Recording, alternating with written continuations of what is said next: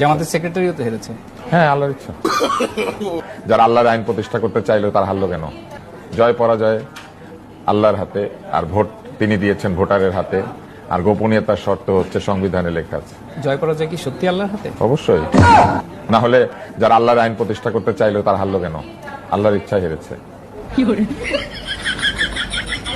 আপনার বিশ্বাস হচ্ছে না? ওনাদেরকে জিজ্ঞেস করেন, ওনারা এই কথার প্রতিবাদ করতে পারবেন? আল্লাহ চান নাই তারা দিত।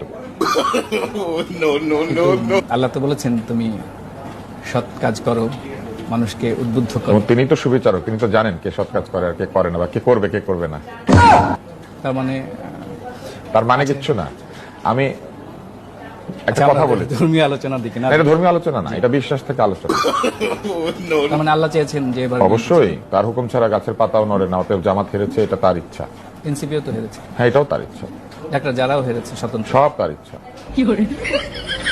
রাশেদও হেরেছে। তার ইচ্ছার বিপরীতে গিয়ে যে এখন উল্টাপাল্টা কথা বলছে যে এই নির্বাচন ঠিক হয় না, এটা তো ঠিক না। এটা